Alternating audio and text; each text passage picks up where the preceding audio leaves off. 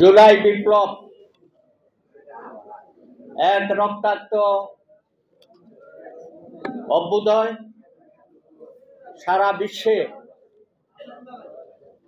আমাদের ছাত্র জনতা যে ইতিহাস সৃষ্টি করেছে একটা অভূতপূর্ব, একটা অবিস্মরণীয়।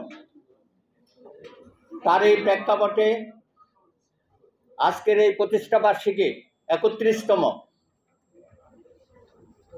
দেশে শত শত ছাত্র জনতা রক্তে রঞ্জিত প্রায় ২০,০০০-এর মতো আমাদের প্রায় ১০০ শিশু কিশোরকে হত্যা করা হয়েছে, ২০,০০০ আহত হয়েছে, কারো হাত নাই, পা নাই, চোখ নাই, গুলি একদিকে ভেদ করে আরেকদিকে বেরিয়ে গেছে। বিভিন্ন হাসপাতালে তারা মৃত্যুর সাথে লড়ছে এখনো পর্যন্ত, এবং প্রতিদিন ১-২ জন করে তারা শহীদ হচ্ছে, নিহত হচ্ছে। মায়ের কান্নার রোল আপনারা দেখেছেন, বোনের কান্নাগুলো আপনারা দেখছেন, প্রতিনিয়ত আমাদের মিডিয়ার মাধ্যমে আমরা দেখছি। মনে হচ্ছে পুরা বাংলাদেশটাকে এই ফ্যাসিস্ট শেখ হাসিনা একটা গাজায় রূপান্তর করেছে। মৃত্যু উপত্যকা, সেই শোকে আমরা শোকাচ্ছন্ন। একই সাথে আবার প্রায় ১২টি জেলায় বন্যা কবলিত। ইতিমধ্যেই গণফোরাম থেকে বন্যার্তদের পাশে দাঁড়ানোর কর্মসূচি নেওয়া হয়েছে। চট্টগ্রামে আমরা আংশিক কাজ হয়েছে, আগামীকাল আরো ২-১টা জেলায় যাওয়া হবে এবং এটা অব্যাহত থাকবে। আমরা সকলে মিলে সারা জীবন এগুলো আমরা করেছি, গণফোরাম করেছে। আরও কিভাবে বন্যার্তদের পাশে থাকা যায় সেটা আমরা চেষ্টা করছি।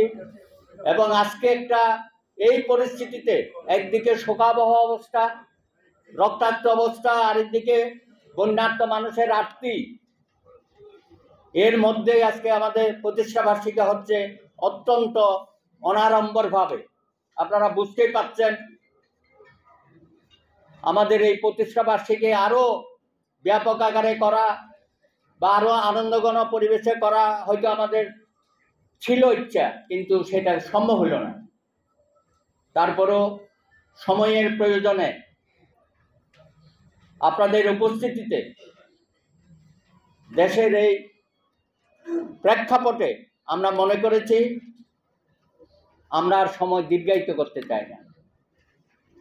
৯৩-এর ২৯শে অগাস্টে আমাদের সামনে একটা অভূতপূর্ব সুযোগ এসেছিল। আমার স্বপ্নের দল, সেই অধ্যাপক ডক্টর মোহাম্মদ ইউনূসের বক্তব্য এখনো আমাদের কানে বাজে। এখনো হয়তো সেই পুরানো পত্র পত্রিকা আমরা যদি ঘেটে বের করি, কি অসাধারণ বক্তব্য ছিল।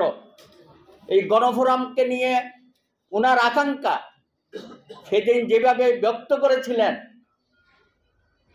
সেই অবস্থা কিন্তু আমরা করতে পারিনি। এরপরও নানান সময়ে ঘটনা পরম্পরায় অনেক সুযোগ আমাদের সামনে এসেছিল, যে কোনো কারণেই হোক আমরা সেই সময় এবং সুযোগটাকে কাজে লাগাতে পারিনি। আজকে আমি মনে করি এই যে একটা গণ অভ্যুত্থানের পরে জনগণের মধ্যে যে নতুন করে বাঁচার যে স্বপ্ন, যে উৎসাহ, যে উদ্দীপনা, যে দেশপ্রেম ছাত্র জনতা এবং আমাদের তরুণ সমাজের, সেই দেশপ্রেমকে কাজে লাগিয়ে আগামী দিনে বাংলাদেশে মহান মুক্তিযুদ্ধ এবং শহীদদের স্বপ্নকে বাস্তবায়িত করার যে সুযোগ আমরা পেলাম, আসুন আজকে ঐক্যবদ্ধ গণফোরামের মধ্য দিয়ে আগামী দিনে গণফোরামকে সারা বাংলাদেশের একটি জনপ্রিয় রাজনৈতিক দল হিসাবে আমরা সুপ্রতিষ্ঠিত করতে পারি। আমাদের শত শত নেতা কর্মীরা আজকে যারা উপস্থিত হয়েছেন, যারা উপস্থিত হতে পারেন নাই, আগামী দিনে সকলকে ঐক্যবদ্ধভাবে সারা বাংলাদেশে আমরা সুসংগঠিত করব। আমরা জনগণের কাছে যাব, আমরা নেতা কর্মী সৃষ্টি করব। আমরা আগামী দিনে রাজনৈতিক যত ঘটনা আসুক সব ঘটনায় আমরা নেতৃত্ব দেব।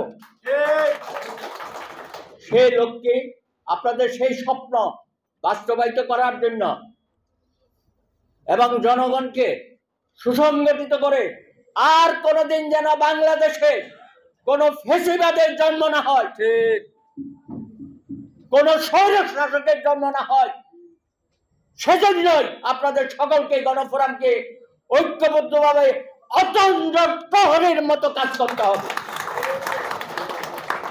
তাই আজকের এই শুভ দিনে আপনাদের আমাদের ডক্টর কামাল হোসেনের স্বপ্ন গণফোরাম, ডক্টর ইউনূসের স্বপ্ন আমার স্বপ্নের দল, সে লক্ষ্যেই আমরা দ্ব্যর্থহীন ভাষায় সকলে মিলে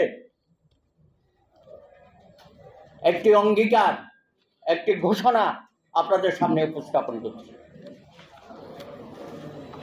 ঐক্যবদ্ধ গণফোরাম আজ 29শে আগস্ট 2024 গণফোরামের 31তম প্রতিষ্ঠা দিবসে যৌথ ঘোষণা।